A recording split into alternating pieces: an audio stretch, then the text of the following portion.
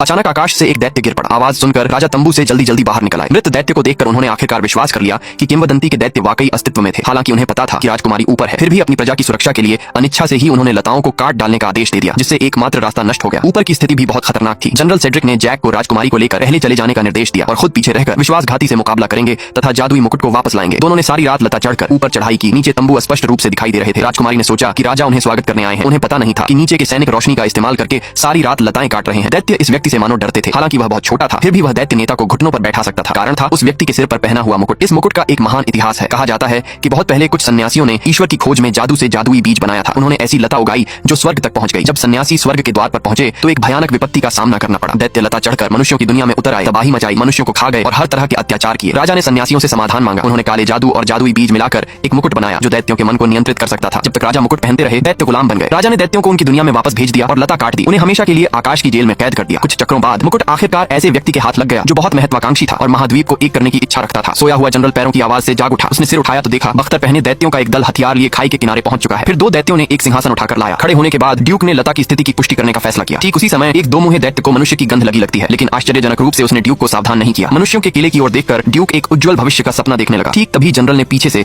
चुपके से हमला कर दिया। उसके अचानक हमले से ड्यूक के शरीर से एक बैग उड़ गया और दोनों नीचे एक गुफा में गिर पड़े। खतरा समझकर ड्यूक ने जल्दी से मुकुट की शक्ति का इस्तेमाल करके बाहर के दैत्यों को बचाने का आदेश दिया, लेकिन दैत्य बहुत बड़े थे। गुफा में प्रवेश करने के लिए उन्हें गुफा खोदनी पड़ती। जनरल ने ड्यूक के सीने में सीधे छुरा घोंप दिया। इस तरह विश्वासघाती कुछ देर तक तड़पने के बाद घाव से मर गया। उसके सिर का मुकुट अपनी जादुई शक्ति खो बैठा। जनरल खाई चढ़कर ऊपर आया और मुकुट लेने ही वाला था। ठीक तभी गुफा पूरी तरह ढह गई। एक दैत्य का हाथ अंदर आ गया। जनरल ने रोकने की कोशिश की, लेकिन देर हो चुकी थी। दो मुहे दैत्य ने मुकुट ले लिया और उसे उंगली में अंगूठी की तरह पहन लिया। मुकुट की प्रबल शक्ति दिखाकर सभी दैत्य घुटनों पर गिरकर नए राजा के सामने आत्मसमर्पण कर गए।